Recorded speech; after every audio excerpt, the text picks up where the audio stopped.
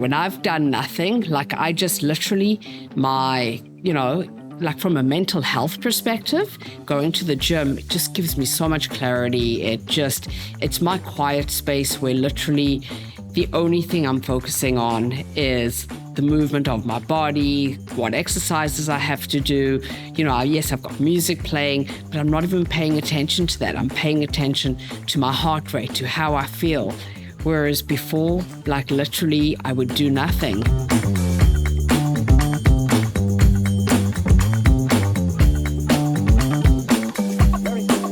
Welcome to Stronger by Design. I'm your host, as always, Michelle MacDonald. And today's guest is none other than longtime client, Jodi Echakowitz. She's the CEO and founder of Boulevard PR. It's a tech PR firm. This gal travels a ton, is involved in so much outside of training, and her story is pretty inspiring, I think, for the everyday woman. I don't think she's everyday, but the woman who is doing it all, taking care of the family, running a business, and taking her health into her own hands. So let's get started. Jodi, welcome to the show. Thank you for having me. Great to be here. Great to have you here. I want to dive right into some of the things that I think you've been through that will resonate very, very strongly with the women that are listening to this, especially over the holiday season or right after the holiday season when this episode's going to be dropping. And the first thing I'd like to ask you about is, what does consistency actually look like when your life is mobile and high pressure? So for me, consistency is really, I'd say, what I do 80% of the time versus 100%. It's not about perfection. And I'm definitely a recovering perfectionist. So, but for me, when I travel, I've got a lot on the go. For me, it's about showing up, doing my workouts consistently. That is something that I'll never not do. Meals, it's basically keeping to my macros at least 80% of the time. And I actually aim for 90 plus when I can. But for me, it's really showing up for myself 80% of the time or more.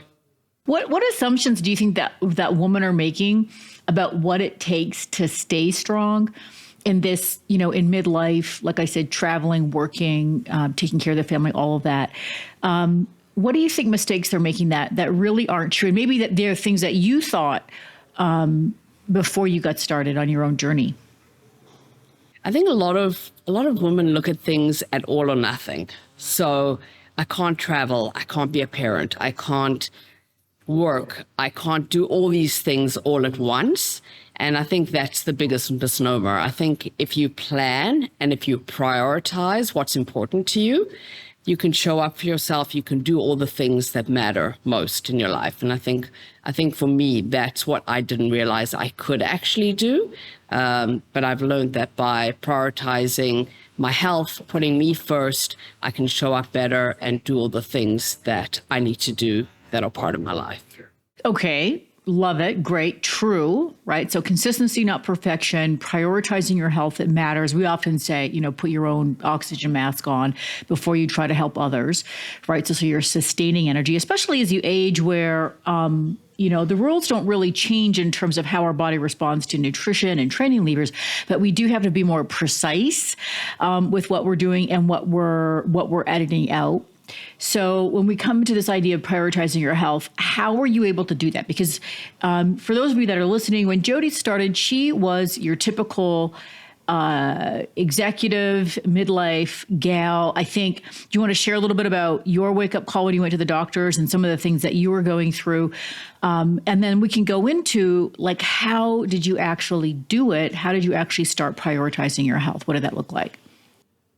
Okay, so going back to your first part of the question is I was in perimenopause for several years, going through all the usual symptoms, brain fog, all that kind of thing. But it got to a point probably very early on in the pandemic where brain fog was so bad that I couldn't remember the name of my best friend.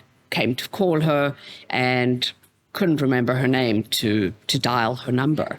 Couldn't remember the names of people on my team, friends, people that I've known for decades. Walked down into the kitchen, couldn't remember the name of the fridge, and this terrified me. So I called my doctor and I told her, I think I have early onset Alzheimer's and I need her to please test me.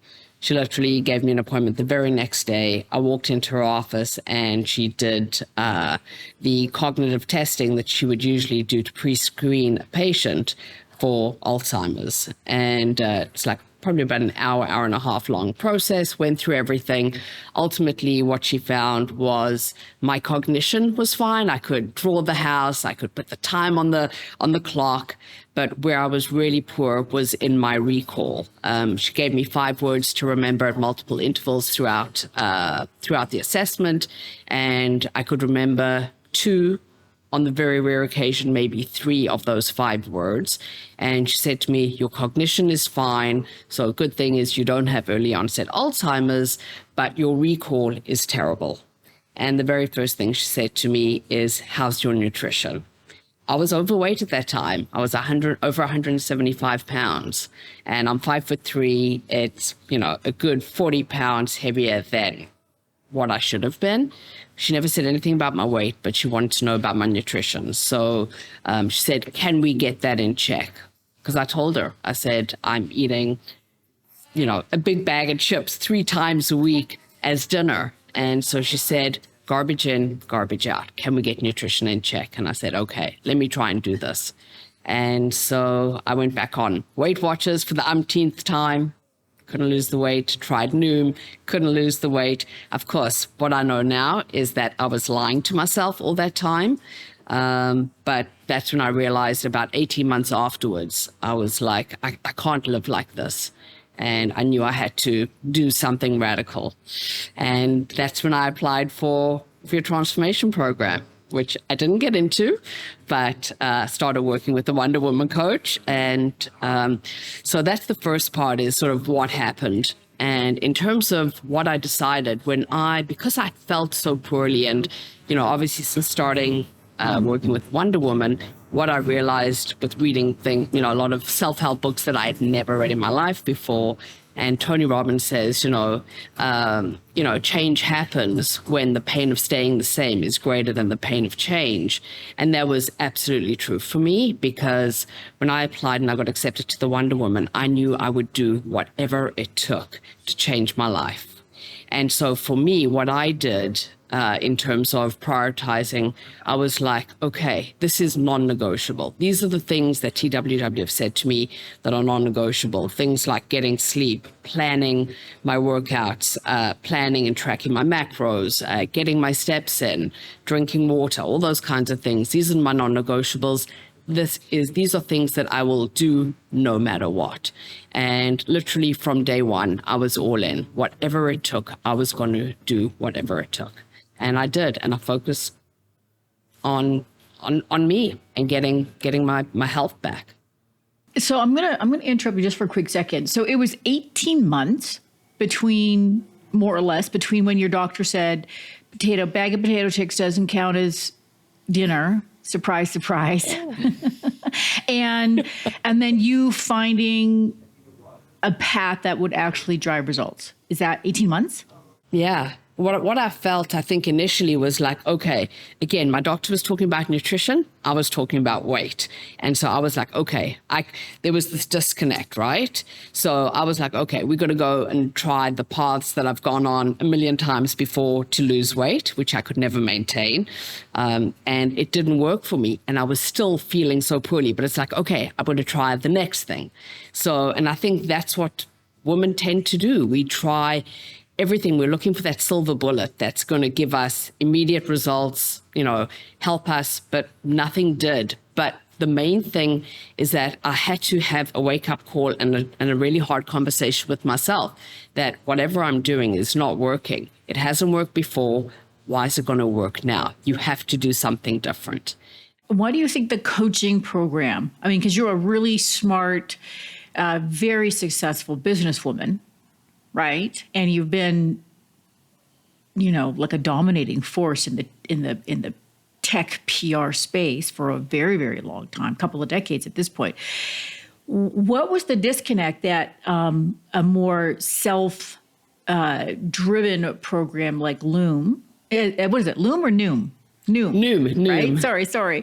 Noom or like a Weight Watchers program didn't work for you versus a program like a coaching program, a one-on-one coaching program?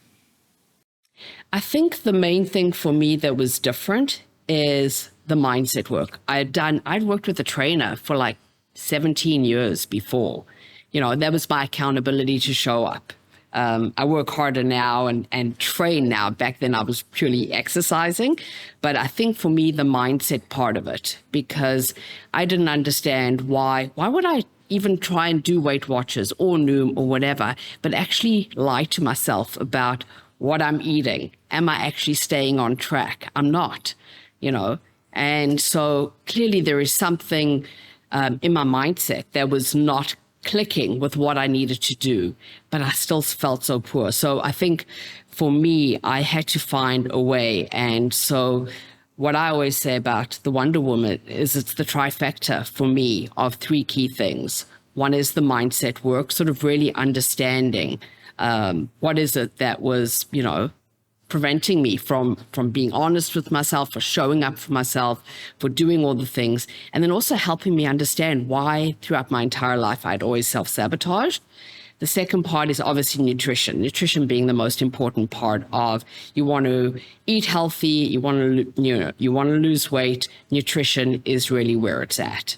And then the strength training, just for me, understanding, I've always loved exercise, but just actually learning what it is to train. I think there's a very big difference between exercise and training, and seeing some of the people that have gone through the Wonder Woman before and seeing their results. I saw myself in a lot of the clients, including your mom.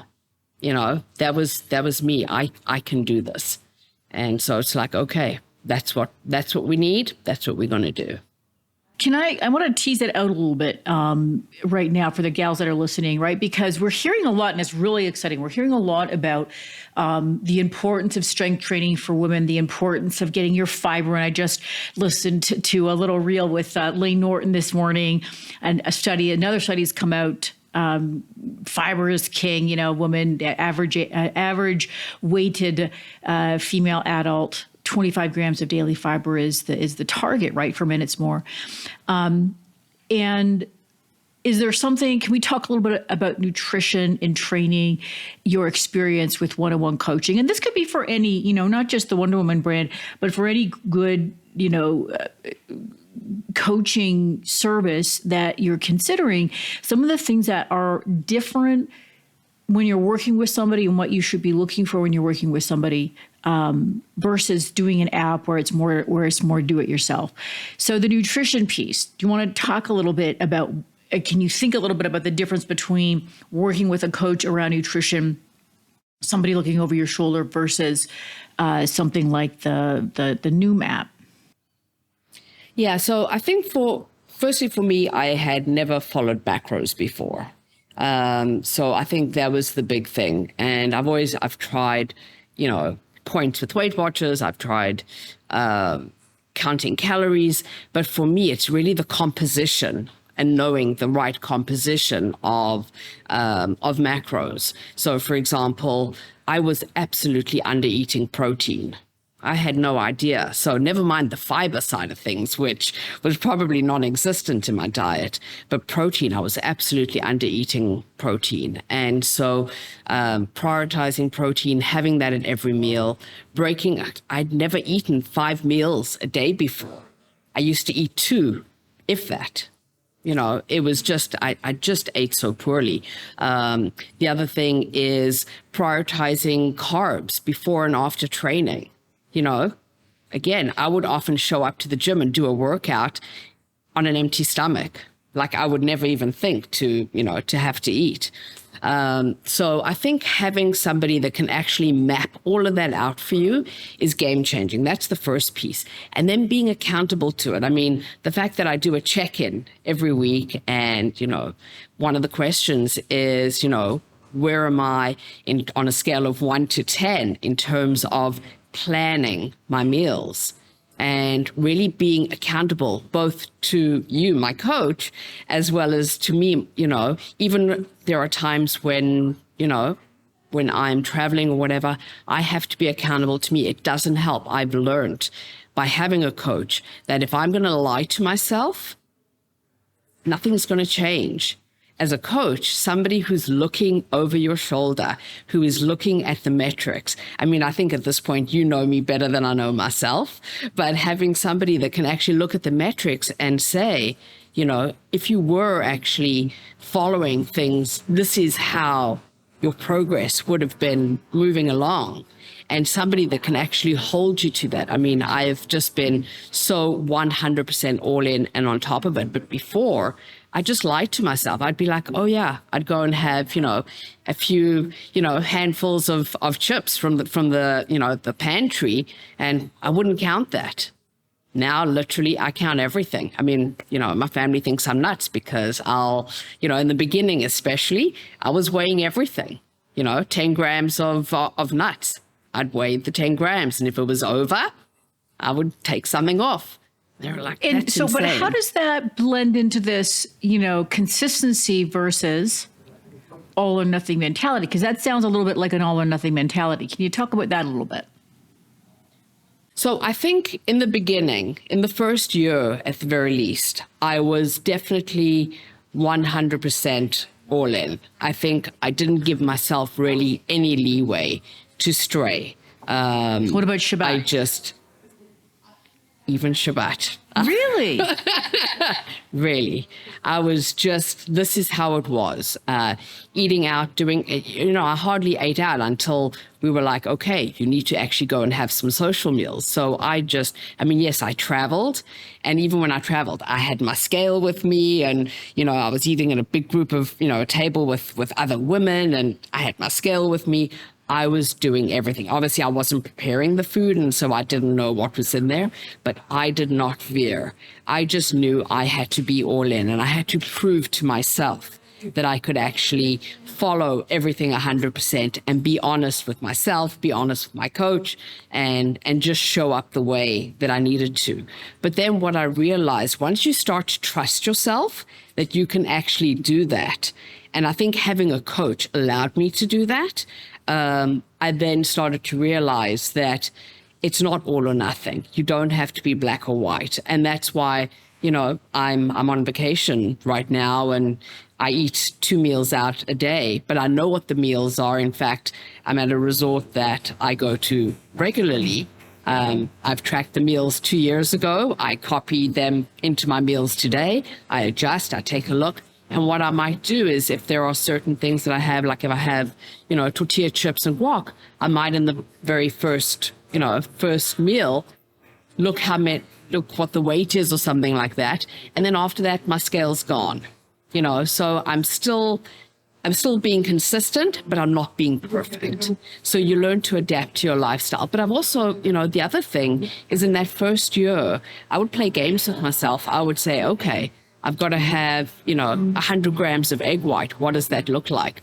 Put the thing on the scale, pour the egg white, and get it right. Then the next time I would do it, pour it without the scale, put it on, and I'm like, okay, I'm pretty close. I love that. That's a great trick. So you learn. Yeah, so you actually just learn what a serving looks like, or what 10 grams of something looks like. And that way you can actually start to be focused on consistency rather than perfection. I love this. So I'm just to people listening, in the beginning, right, when you started, you were chasing that perfection as a way of actually mastering the tools that you would eventually leverage to have a more relaxed approach.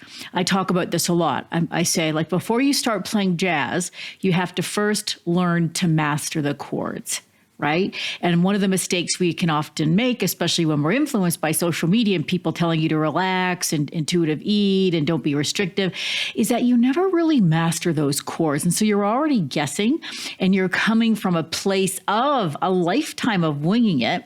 So you're not really educating yourself. You're not really creating a lot of agency. When you learn to master the chords, when you learn to master, like you said, play some games, attenuate your RAS, your reticular activating system, to pay attention to portion sizes, right? And then really start to understand where protein is, both the obvious sources and then the hidden sources, like the protein in pasta or the protein in broccoli. Start understanding where your fiber is by paying attention to what an app like the My Macros app is spitting out for you when you take your time to read what it says. So you're really starting to block together all of this knowledge, this real mastery. And then later, right, when you've seen the results and you know how you feel when you eat a balanced meal versus when you wing it a little bit too much and you don't feel so great afterwards, then you can start to relax a little bit. And as you said, now you're 4 years in, but I think probably even 2 to 3 years in, you were more confident to go out and eat. And as you said, look at what's on the plate and just calculate mentally, am I getting my protein in? Does this have a lot of fat in it? Am I getting some fiber in this? Almost like an operating system now humming along in the background. That's exactly it. And I think the other thing is that you learn because of, firstly, I feel so good. And before I had huge, gut issues. I remember that, yeah. Yeah, huge gut issues, which all resolved actually once I started eating based on macros, which still blows my mind. I worked with my doctor for years to try and figure out what the gut issues were, start eating based on macros, prioritizing protein, and voila.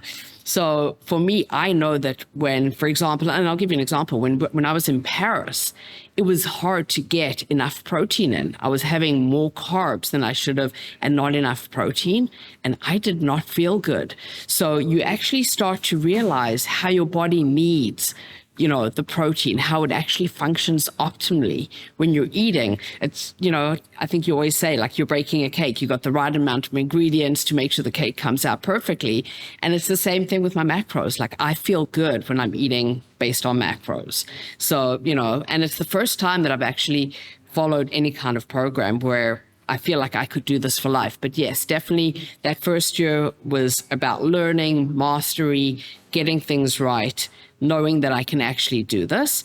And since then, sort of being a lot more flexible. Yes, we've had some blips in the process. We've had Latte Gate, which was, a trip to Korea, and it was absolutely freezing. And I would end up having 2-3 lattes a day. Yeah, drinking your calories, easy to do. It gets a lot of people. You don't even think about it. Yeah. You don't think about it. In hindsight, I should have had green teas, but I didn't. And that's part of the, you said lying to yourself, which is a pretty strong word. It's also very truthful, right? On some level, right, that whatever size your latte is, let's say 1.5 cups, 2 cups of milk, has calories in it, but you're blocking that on some level. You don't want to recognize that, right? It's a kind of a soothing behavior. It's a way of dealing with whatever it is, maybe the physical stress of it being cold, who knows? But it happens a lot. And especially as we get older, it's easy to tell ourselves, I'm not doing anything different. The weight is just piling on. But your own experience, that's not the case. On some levels, there are things that we're doing that are actually creating our reality. As we get older, like I said earlier, we have to really drill down on the things that work and then sharply edit out, curate the things that aren't working. Age creates a demand that we need to be more precise on the routine that we're following. For sure. I think the other thing is, just kind of going back to sort of some of that all or nothing, in traveling, I think a lot of people are like, oh, I can't travel and not gain weight, or I can't travel and eat healthily. I mean, I was in a cut when I traveled in Europe, when I traveled in Japan. And yes, I didn't lose weight at the rate that I would if I wasn't traveling, but I still I made conscious decisions around what I was going to eat, and, still actually dropped weight in my cut to make sure that I came back and met the goals. And I think sometimes we have to really we want the results. We want the change badly enough to actually be honest with yourselves, to do the work that needs to be done, and to show up the way that you need to for yourself. And I think so many times, and for most of my life, I clearly did not want it badly enough, even in those first 18 months. I had to really be at the point where I just couldn't function anymore, going the way that I was. Yeah, I remember working with you on one of your trips, and we had talked about it because you were getting ready for your surgery, which I want to talk on before we wrap up. And I had said to you, listen, it's going to be hard with all the traveling to be able to, progress at the rate that we need to. And one of your revelations, when you came back from the trip, was realizing even when you're being as precise as you feel you can be when you're traveling, it's not the same precision as when you're making the food at home. Yeah, definitely. And I think that's the thing. Even on this trip that I'm on now, like, I know that in every meal, I'm accounting for oil, because, there's always going to be, as much as I tell them, don't use oil, don't use butter, whatever, they're always going to do it. There's going to be, mix-ups in the translation from what the server tells the kitchen, and so you have to account for that. And I think that's the thing, is just knowing that unless you're preparing the food yourself, it's not going to be exact. And so you buffer that in, and again, that's the all or nothing mentality. It's you buffer that in.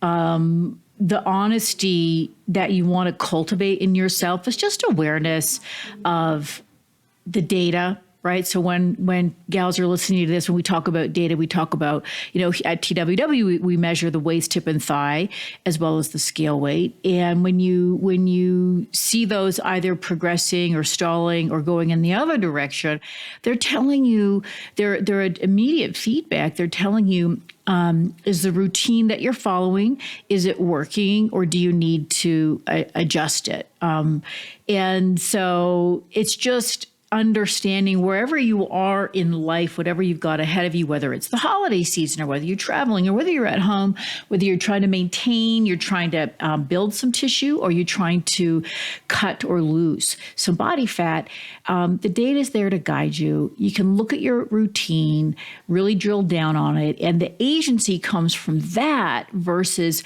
buying into this story that your body's broken, that midlife is this unavoidable downward decline, that visceral adiposity, that gaining weight in the midsection is part of getting older.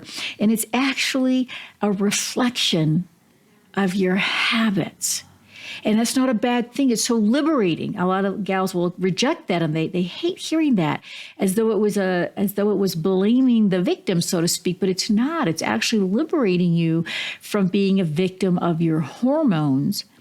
And it does seem, I was talking to Dr. Lauren Colenso-Semple about this. There's this new sort of toxic femininity where women are reducing each other to their hormones, the way maybe men used to reduce us to our hormones 20 years ago. Oh, is it your period? Oh, she must be PMSing. It's her hormones. Well, now women are saying that to each other. Oh, it's my hormones. It's your hormones. Hormones are it's because you're female that we're in this mess, when actually you're a perfect example of discovering, hey, it's not my hormones. I don't have to take hormones to solve the problem. I have to really fix my routine, how I'm feeding myself, and how I'm training in the gym. I'd like to talk about that training. So could we take just 5 minutes and what shifted for you? Talk a little bit about that again for gals listening. Because like I said, it's great that people are going to the gym, but what's different about how you're training at the gym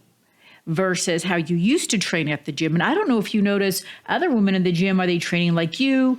Do they have a notebook, or are they writing their numbers down? Like, do you notice any difference, or can you just talk about your own journey? I'd probably talk more about my own journey because I have my home gym. I work out from home. And obviously, since recovering from surgery, I've been going to a gym, but literally I go in there, do my thing, get out. So I'm not paying attention to anyone else. But I can say from my own experience, because I'm somebody who has always exercised my entire life, I've always loved exercise. I've been very sporty, not necessarily good at it, but I've loved sport and being active. But one thing I can say for sure is that before, even though I had a trainer, and I used to work with a trainer 4 to 5 days a week, I had no clue what exercises or what body parts we were working on. I had no clue what weight I was using in the gym. I'd never used a barbell until I started working with you. So there's a lot that I didn't know. For me, it was about going through the motions, being accountable. The big difference now is, and I'm still learning this, is actually showing up and working with intensity and knowing what that is. Before, even in my first year, yes, I was doing the weight training. I mean, I started lifting super lightweight, and then obviously you're progressing. I didn't know what progressive overload was. Learning about how you can actually get stronger, make improvements, improve your form, add weight, add reps. Like, how do you actually make progress in the gym? So progressive overload was, a huge eye-opener for me. But I think for me, even now, and January will be 4 years since I started my journey, I'm still learning what intensity is. I'm still learning what it is to go to failure. RPE 9, nope. You still probably had 3 reps left in the tank. So a lot of that, I think, is something that you learn as you go along. And what I've found, especially I'd say is the case when I've been in the gym with you and watching you train, like, it's just, you level up and you realize that this is what intensity is. And so I'm still working on that. And like, this year was definitely better than last year. Next year is like, I am so determined. I am going to build muscle. I am going to be stronger, have more muscle than I've ever had. And the only way that I can do that is by pushing myself harder than I ever have. Do you want to talk a little bit about how your journey building up intensity without sacrificing form, and because again, people listening that aren't working with a one-on-one coach, maybe some of the things that you do that you've been taught to do, they could use themselves. How do you make sure to stay on top of form? And could you get a bit more specific with progressive overload? Let's talk about like a goblet squat. Well, what would that mean? What does that actually look like tangibly? Okay, so let's start with the progressive overload side of things. So progressive overload. And I'll give you an example. Testing you. So we'll start. Well, firstly, the one thing to do is take a look whatever you've got programmed and making sure that you're actually doing the exercise that's been programmed. So if you have a 1.5 squat, you do a 1.5 squat, not a 1 squat. But ultimately, I might start, maybe when I first started, I was maybe holding a 10-pound goblet squat. And, I would, firstly, in terms of correcting myself, I would video my lifts. But I maybe started with 10 pounds. And that just, obviously when I was carrying all the weight and everything, that felt like hugely heavy, to squat with that. As the weight came off, and actually as week to week, as I progressed, I would either add more reps if I could. So if I was supposed to do 10 reps, I might do 12 reps. The next week, I might go up, the following week, I might go up to 15 pounds and do that. but ultimately you want to feel. I also had to learn, by the way, what RPE is, rate of perceived exertion. And obviously it's a scale of 1 to 10. And, in the first week, obviously we go to RPE 7. And that means I would have 3 reps left, that I could really only do 3 more reps before not being able to do anything else. In the beginning, again, I was probably working at an RPE 4 or 5 maybe, but every week I would try and progress. So increasing the weight, we doing a goblet squat. I mean, obviously, initially, I think I was probably holding it here from video and from feedback, taking video, sharing it with you, getting feedback.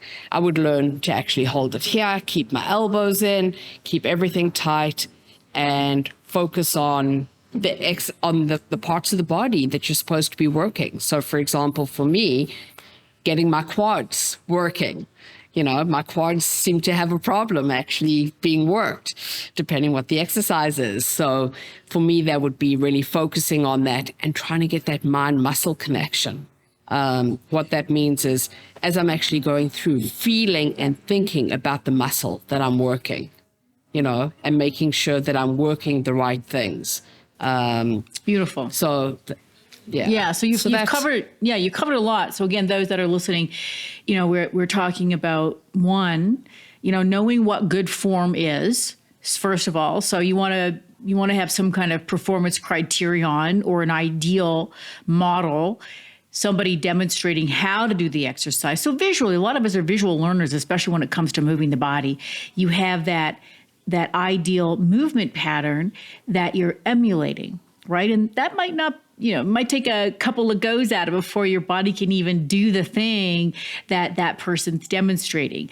Videotaping yourself so that you can correct yourself, because what you think you're doing and what you're actually doing, there's often a gap there, especially when you're a beginner. So you've got that performance criterion, you've got that person demonstrating, could be a video, it could be somebody in person, how to do the exercise properly, and it should have probably a description how to do it. Then 2, you videotape yourself, and then keep correcting, and it's going to be a journey, right? Keep correcting yourself.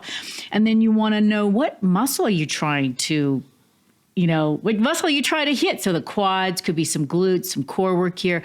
So what muscles are you specifically trying to recruit, and connecting with that yourself mentally, which is a little bit going to be your brain kind of feeling around in the dark if it's new to you, like what is a quad muscle, and where is it on the body, and how does it feel when it's getting stretched versus contracted, right?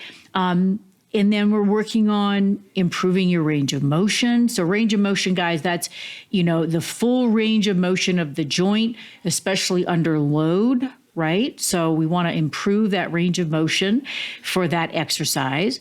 We want to improve the technique, as you said, Jodi, like learning to kind of pack your lats and hold the dumbbell in the right spot, which is also going to allow you to lift more weight. So you're going to see as a beginner that you should be able to get stronger faster just from improving your form. And then you're trying to do more work from week to week. So as you get the range of motion down and the movement patterns, and you're understanding which muscles you're supposed to be using, now you're going to start to do more work. And this is going to require you to keep a training log. That means you got to write stuff down, guys. So if you're doing a goblet squat, you're going to say week 1, 3 sets of 10 pounds, right? 2 reps left in the tank, or 2 reps to failure, or RPE 8, or something like that, right? So 3 sets of 10 at, what did I say? 10 pounds. And then week 2, you're going to try to do either more reps or more weight. You could even do an extra set, although that's going to make your workouts longer. So these are ways that you can do more work capacity when you're really focused on getting stronger. When you're focused on getting stronger, you're going to either do more volume with the same weight, or you're going to increase the load, increase the weight. So that's progressive overload, kind of Cole's Notes version. For you now, what do you understand about recovery and how important it is? What's changed for you?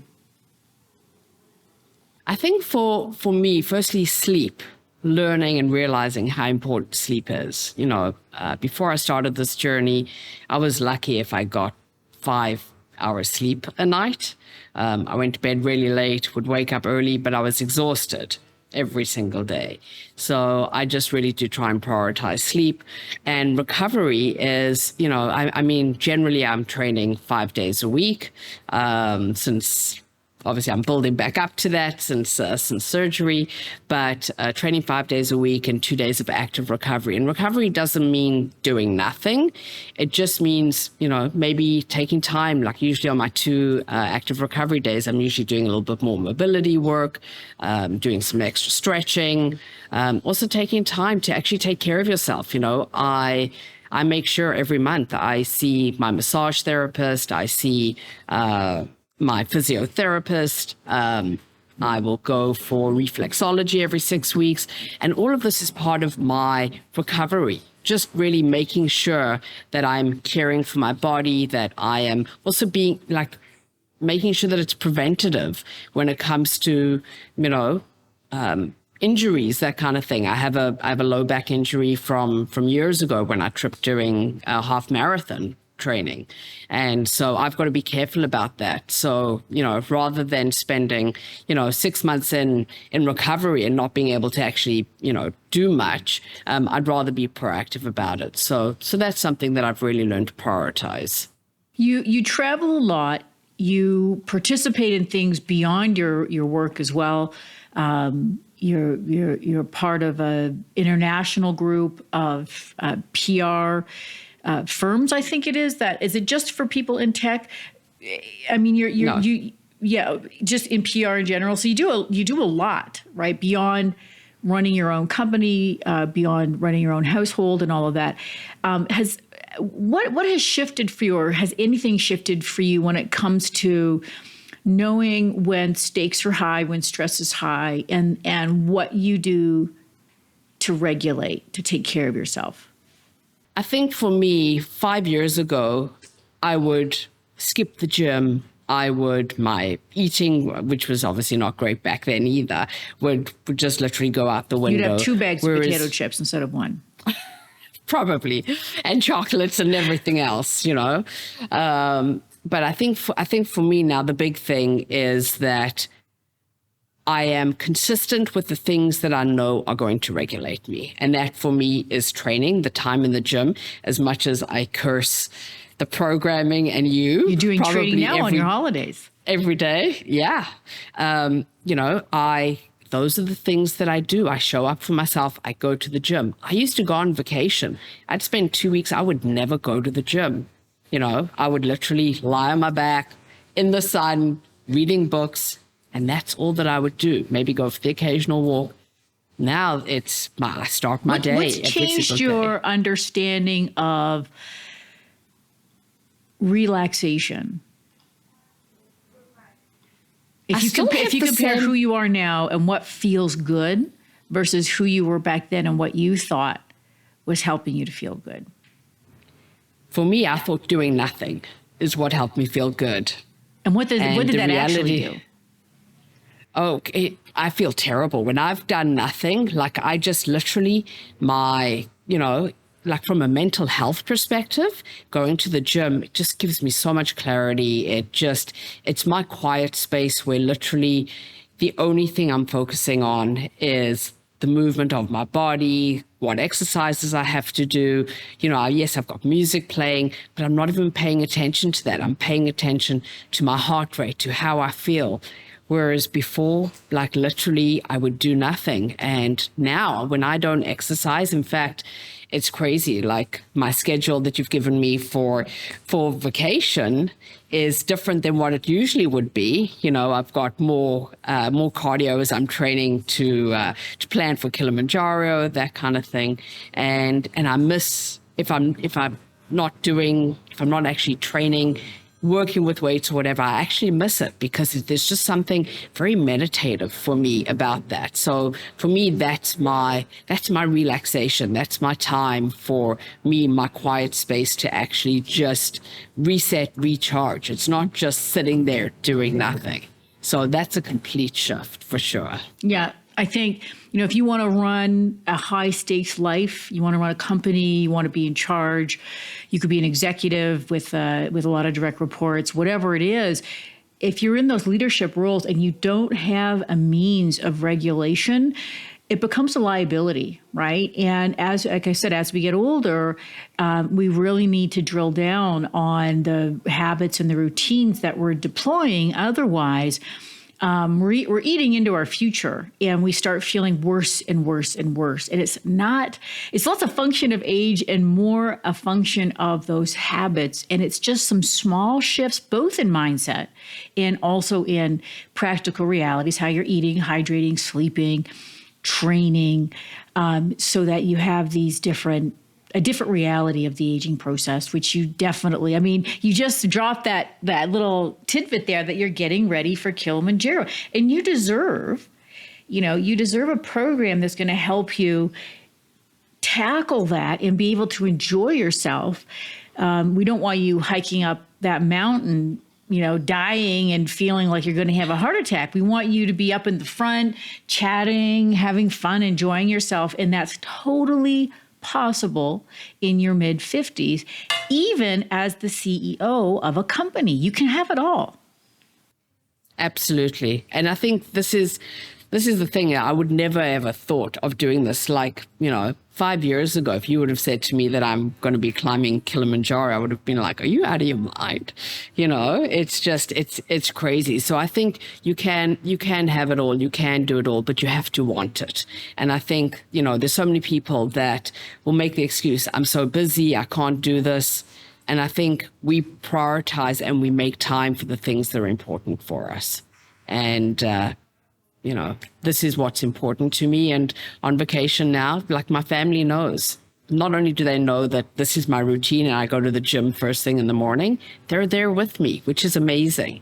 Whereas before, all of us would be sitting on the beach doing nothing. So it makes a big difference. But it's more balanced, right? Absolutely. And we sit on the beach and I can't wait. Usually after every lunch, we go for a long walk on the beach, and it's beautiful because you're listening to the waves. I'm having long conversations with my husband, and it's just, it's beautiful. It's not just sitting there and vegetating, it's actually really embracing everything that it is to be about in a beautiful setting like this. Yeah. I love that you've had such a positive ripple effect on the people that you care most about. It's incredible. The last thing I want to touch upon, we'll take the last 5 minutes here and dive into, if you don't mind, well, I know you don't mind because it's all over the internet, your cosmetic surgery decision. When I interviewed your doctor a couple months ago, Dr. Hugenberg, and I'd like to hear from you a little bit about your decision to get cosmetic surgery.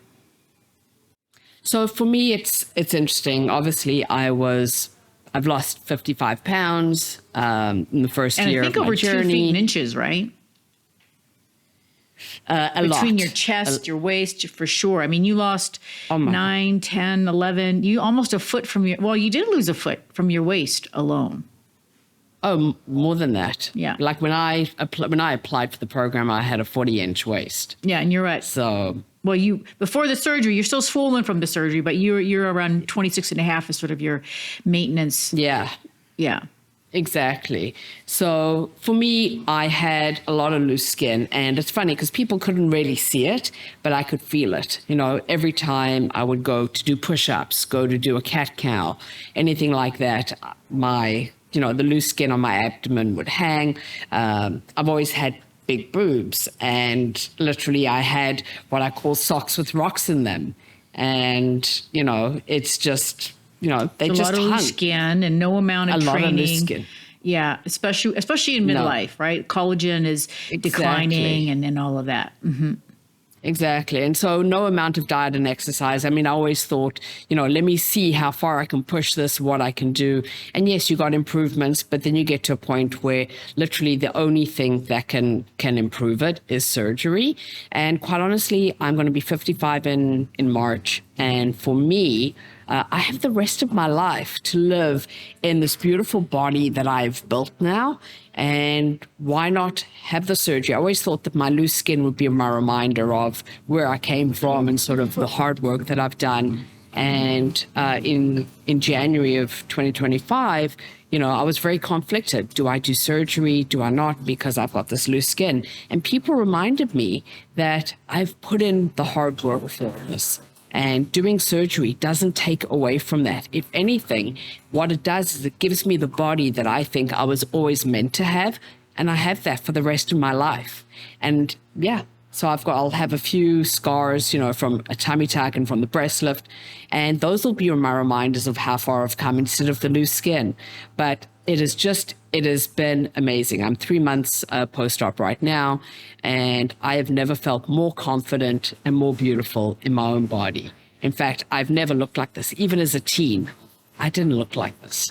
So the funny thing is, though, as your coach, and this is the journey, right? I always say, where you are now, the idea with growth and Connie, right? Continual and never ending improvement. And that's one thing that's fundamental to everything I teach and coach, is that your current now, as amazing as it is, should always have that potential to be next year's before, right? And some people get so conflicted. I'll use your word, conflicted, about before and afters. The before was great too. And of course, right? Who you are now, of course, should be celebrated. I'm also a huge proponent of that, right? The Jodi that started on this journey, that was 170 plus pounds with the 40-inch waist, she was a rock star. She did the hardest work of all, right? With no habits. And with that extra 55 pounds, go lift a 45-pound Olympic bar and just imagine going through everyday life with that tied to you. It's a lot of weight. She did the hardest work of all, right? Now, the current version of you will always be indebted to her. And I would implore anyone on a journey like this to always have admiration and respect for that previous version. And then also have this aspiration that the current you will one day be next years or the future before. And there's nothing wrong with that. It doesn't belittle who you are now, because who you are now makes the future you even a possibility. Oh, absolutely. And I have never been more excited for the future. I think it's amazing. I actually had this conversation with my husband this week, and I was like, I'm so excited to look back in a year from now and just see how my body has changed, and, with continued focus on, just intensity and working hard in the gym and building muscle. So I'm excited for that. And yeah, I think every year, if I just improve and grow and, whether it's my body, my physique, whether it's mentally, in every aspect of my life, I think it's amazing. I think it'd be kind of boring to just say, okay, this is where I'm at and that's it. I'm happy to be here. It's like, nope, I'm going to continually strive to always be one better. It's that 1% better every day. And it can be tough. And we'll finish on this. I think, especially as we get older, and I see this resistance come up with people as they get older, getting very attached to an idea of what their limits are, who they are. Like, I've always been this way, or I've never been able to do this. I'll never be able to do that. I know you and I joke a lot about heart rate and all of that. Like, get your heart rate up. Let's hustle through these faster. When you say, I'm going as fast as I can, but I guarantee you, if you maintain that growth mindset, you stay coachable, right? And when I say that, guys, listening, when you work with a great coach, stay coachable. Be very alert to resistance, to feedback and resistance, to hearing, hey, you can be better, you can do better. Be open to that, because that's the gateway to unlimited possibility. And Jodi, you're somebody who has stayed open mind to that. And we don't do everything at once. We do a couple things at a time, and we build up to the future vistas, the future heights that you're going to get to, right? So we start where we are, you get met in the middle, and then we keep building on that. And little by little, you move faster, you move with more power, you eat better, the body shifts and changes, new possibilities, new horizons open up to you. the future's friendly? Oh, the future is beautiful. I'm truly so excited for what's ahead. It's just, the reality is you've changed my life in the most beautiful ways. And yes, I've done the work, but I don't believe that I could have done this without a coach. Without having you in my corner, I don't believe that. Let's finish up with a couple of questions. So what's one belief? Because really you have done such an incredible job of prioritizing yourself, living this high stakes life, but you have so much balance and you really exude joy, which I think I want to really underline to people, that you can have these routines in place and that discipline will give you joy. It shouldn't feel restrictive, right? What's one belief about aging that you no longer tolerate? In yourself or from other people? I would say the one thing for sure is that you can change your life at any age. If you want to change your life, you can. You're not too old to do that. My mom says the same thing. I started this journey at almost 51, and my life has changed immensely for the better. And so listen, when you hear people say as an excuse, I can't, right? I'm too old, or that sounds like too much work. I'm sure you've heard that. That's a lot of work. What do you do? And then you tell them, they're like, oh my God, I can't do all of that. What do you want them to hear? I want them to hear that if you really want to do this and you make the time to do this, you will do it. But you have to want it enough, and you have to be willing to make the time. Yes, there are going to be sacrifices, but you have to want it enough to make those sacrifices. And those sacrifices are so worth it. And the sacrifice really, it's time. It's time. It's, spending time to do the things that matter most. Love that. For me, it's, you have to have a belief, even if it's a tiny shard of a belief, and maybe you can borrow it from somebody else's story. I know a lot of people borrow it from my mom's story, and a lot of people borrow it from you now, is the belief that it's possible, even more than the want. Because a lot of times when we're broken on the inside, when we've broken our trust, that want is a nebulous thing. But if you can believe, even if it's looking at somebody else and going, well, she did it, maybe I can do it too. Right? Just that belief that it's possible, that's enough to get you going. And you got to prioritize yourself. That. Yeah. So on some level, you got to really believe that you're worth it. Or work with somebody like a coach who will prioritize you and tell you that you're worth it.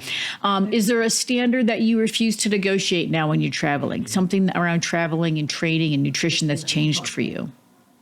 Well, one thing I would say for sure is when I travel, I just booked hotels, I booked accommodation, it didn't matter. Now my priority is to make sure it either has a great gym or is in proximity to a great gym. And a great gym is not just a gym with, a couple of treadmills and a few dumbbells. That is not a great gym. I know what a great gym looks like. And so for me, that is a non-negotiable. In fact, I used to always look at reviews and book, hotel accommodation based on that. Now I look at the gyms, decide where I'm staying based on the gyms. I just thought of a great new app that fitness people could create that was traveling and that had like great grocery stores or meal delivery services and gym reviews and how to get there and all that jazz. Listen, last one is, what's a question that you now ask yourself before you say yes to anything? Ooh, before I say yes to anything. Mm-hmm. I think the biggest question that I would ask myself is this what an athlete would do? All right. Can you explain that a little bit? Sure. Take Kilimanjaro, right? You said yes to Kilimanjaro. Your friend said, hey, I've got this thing happening. You said yes to Kilimanjaro. And you got two other TWW gals doing it with you, two coaches. Yeah, one coach, one athlete, yeah. So I think for me, and it's Kilimanjaro was not about that kind of question. For me, it's more around the thing, and I always have you also in the back of my head, but it's like, staying on the 6th floor of a building, do you want to take the elevator? Would you take the stairs? What would an athlete do? Gotcha. Take the stairs. Okay, so that's like the razor that you're using to decide how you're going to frame a situation or how you're going to approach something. Yeah. What would an athlete do? That's huge. When did that shift happen for you? That was probably around partway through the 2nd year, I would say. Just kind of really thinking and making decisions around that. And even when it comes to food, when it comes to, decisions that I make, about, going somewhere, doing something, a lot of it is what I use. I use that question as my frame. I love that. And that's a game changer. I think so often women, at least, we're Gen Xers, for sure, baby boomers. We think of ourselves oftentimes in relation to I'm a wife or I'm a mother, right? Maybe, right, again, for Gen Xers, we could be a career person, whatever that might be. We're both CEOs and founders, could be an executive, could be somebody, in a department, who knows. But that shift, especially in midlife, I'm an athlete. And you don't have to compete to be an athlete. How does an athlete live in the world? Well, they live in a body, right? And when you think of, well, I want to make sure if I want to enjoy a hike on the weekend, I got to make sure I'm getting my sleep in, that I'm hydrated. You just start thinking differently and prioritizing differently because you want to be able to perform. Doesn't have to be in competition. You want to perform in life because an athlete uses their bodies. We're in a body. Yeah. Yeah. Love it. Yeah. It's just, it's a great frame. And before I started this journey, I had run 4 half marathons, but I didn't ever consider myself to be an athlete. It wasn't until probably about 4 months in this journey that I realized I'm an athlete. And as you said, we underline that so much. Nothing to do much with competing. Yeah. Yeah. It's a frame that we choose, and then you just cultivate every day with the choices that you make. Yeah. Being able to, with your support, just uncovering that athlete in me is such a huge gift. Thank you so much, Jodi, for being on the show. We covered a lot, traveling, things that have shifted fundamentally for you, around the narrative around aging, especially as a woman, the athlete mindset, choosing to get surgery after doing all of the work that you did and why that was an empowering choice for you. Thanks so much for being on the show. Good luck with Kilimanjaro. I know I'm going to be part of it, but for those that are listening, you can follow Jodi on Instagram. Do you want to share your Instagram handle? Sure. It's Jodi, Echakowitz, which is ECHAKOWITZ. And if somebody's listening and they're in the tech world, your company is boulevardpr.com, correct? That's it. And you're based in Toronto. You've got a lot of meet and greets happening with a lot of women, not just in the TWW community, but if you're interested in, joining, you often will have those. Do you talk about it on Instagram, or where can people find out about these meet and greets? Yeah, if what I'll do is typically in the summer, and we might even do one also in the spring, is a group of us, people just from around the Greater Toronto area. We'll get together, we'll go for a hike, we'll go for a lunch or something afterwards. It's a beautiful community. We have a WhatsApp chat, and it's just very beautiful and supportive. And, some people are training with the coach, some people are not, some people are just inspired by the community. So it's open to anyone who wants to join. All right. Thank you so much, guys. Have a wonderful rest of your holiday season. Good luck. It's now January when this is going to drop. So hit 2026 strong.